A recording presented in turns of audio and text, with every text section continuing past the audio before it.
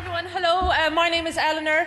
So, St. Patrick's Day, how we celebrate our national saint, or just a way to let alcoholics know that Christmas is over? A lot of people, Irish people drinking today, not me. I knew it was time to stop. I got a letter from L'Oreal telling me that I wasn't worth it anymore.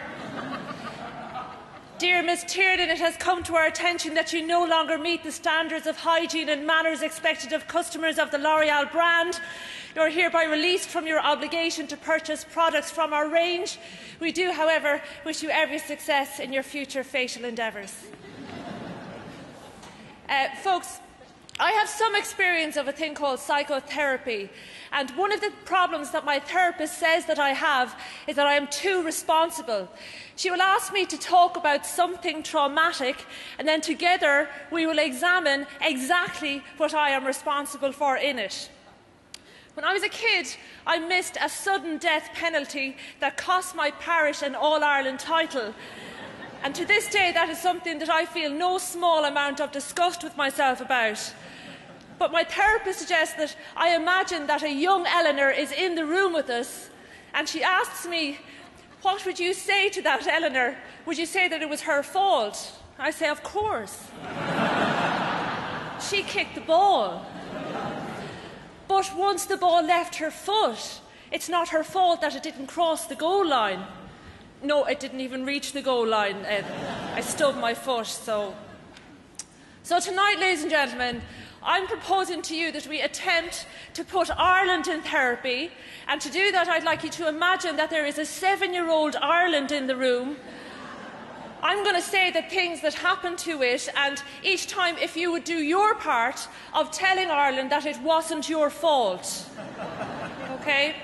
As a visual aid, I have here a very special Irish artefact. This empty drum is the water font that was used at the side of the stage the night Riverdance was first performed at the Eurovision Song Contest. I'm told many of the dancers drank from it that night, although for legal reasons I am obliged to say that Michael Flatley didn't touch it. He had his own water supply on the night. So I want you to imagine now that this empty water font is a 7-year-old Ireland, and you are going to tell it that what happened to it isn't its fault. Say it for me. Excellent, thank you. That we have to eat every scrap of food on our plates because we're only 6 generations away from a famine. That we can't answer questions directly because of 800 years of trying to outwit the English. The stealing of Trevelyan's corn. The repression of our glorious and righteous human sexual desires by the Catholic Church. The English swiping the 6 counties off of us. De Valera commiserating with Germany on the death of Hitler. Roy Keane leaving the Irish team in Saipan. The alarming spread of foot and mouth disease. Sonia O'Sullivan getting diarrhoea in the tunnel. Michelle Smith tampering with that sample. Thierry Henry's handball. Louis Walsh and his mediocrity factory. Oliver Cromwell's careerism. When the children of Lear turned into swans for 900 years.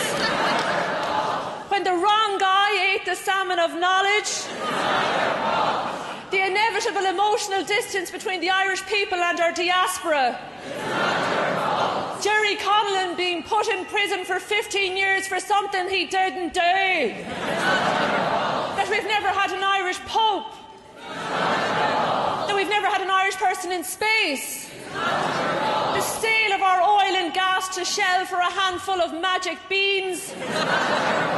When Miley took Fidelma for a roll in the hay. Ben Dunn taking cocaine in Florida. Peter Stringfellow trying to open up a strip club in Parnell Street. How dare he? When John Delaney asked if we could be the 33rd team in the World Cup.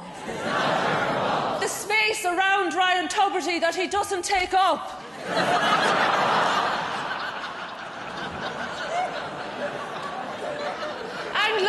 Irish Bank, all of the other banks, for the lazy, low expectation politicians that we had in the boom, the Celtic Tiger property bubble.